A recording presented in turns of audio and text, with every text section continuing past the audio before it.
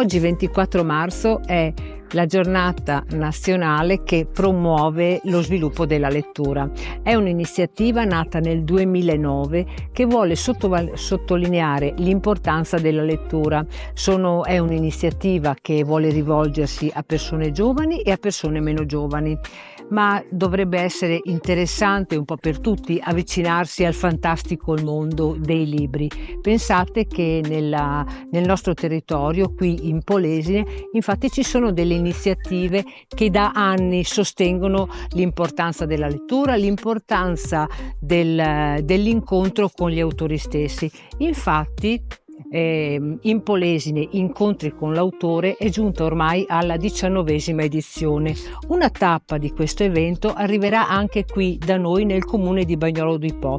Infatti la serata del 27 marzo chi fosse interessato potrà incontrare Fulvio Ervas, che è noto per le sue storie legate alla figura dell'ispettore Stocchi. Ci sarà infatti qui a Bagnolo di Po la possibilità di conoscere questo scrittore trevigiano che ha raccontato il mondo e la provincia di Treviso e non solo, grazie alle avventure di questo istrionico ispettore.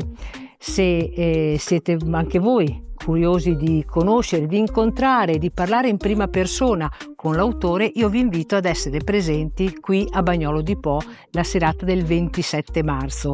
Ma voi intanto siete appassionati di lettura?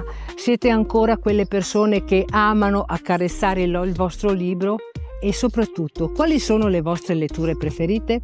Se volete condividere con me i vostri pensieri riguardo all'importanza del libro, io vi invito a farlo scrivendo i vostri commenti qui sotto.